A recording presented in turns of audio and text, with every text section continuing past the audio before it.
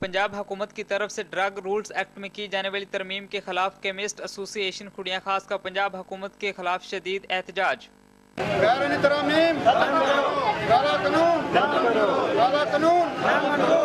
Chemist association Khudiya खास के सदर मोहम्मद इस्लाम और दीगर स्टोर मालकान का एहतजाज करते हुए कहना था, हम चाह रहे हैं कि जो पहला कानून था 1976 वाला वो बहाल किया जाए और काला कानून बंद किया जाए और गैर आईनी तरमीम नामंजूर है। हमें एडमिनिस्ट्रेशन की तरफ से हम ये बयान जारी कर रहे हैं। हमारी हुकूमत से रिक्वेस्ट है कि जो तरमीम की गई हैं इनको फिलफौर ख़त्म किया जाए और 1976 वाला कानून जो नाफज किया जाए, वरना हमारा जो एहतजाज वो जारी रहेगा और गैर मुअय्यना मुद्दत के लिए हमारी हड़ताल जो जारी रहेगी।